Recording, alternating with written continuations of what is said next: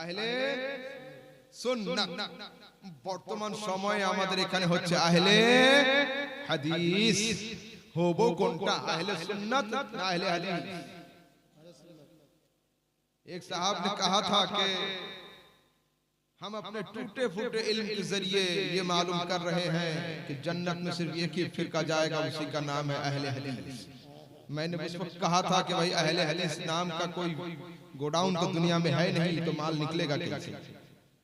अहले हदीस नामेर कोन गोडाउन कोन फैक्ट्री तो दुनियाते নেই, তো মাল বের হবে কি করে? বলছি তোমাদের কি আছে?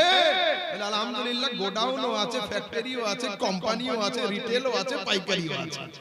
যা লাগবে इंशाल्लाह मदरसा समदानी हाजिर। पूछो तो सही।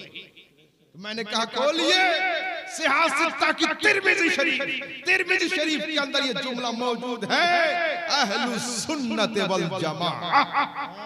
সরাসরি সিহাসিত্তার তিরমিজি শরীফের মধ্যে আছে।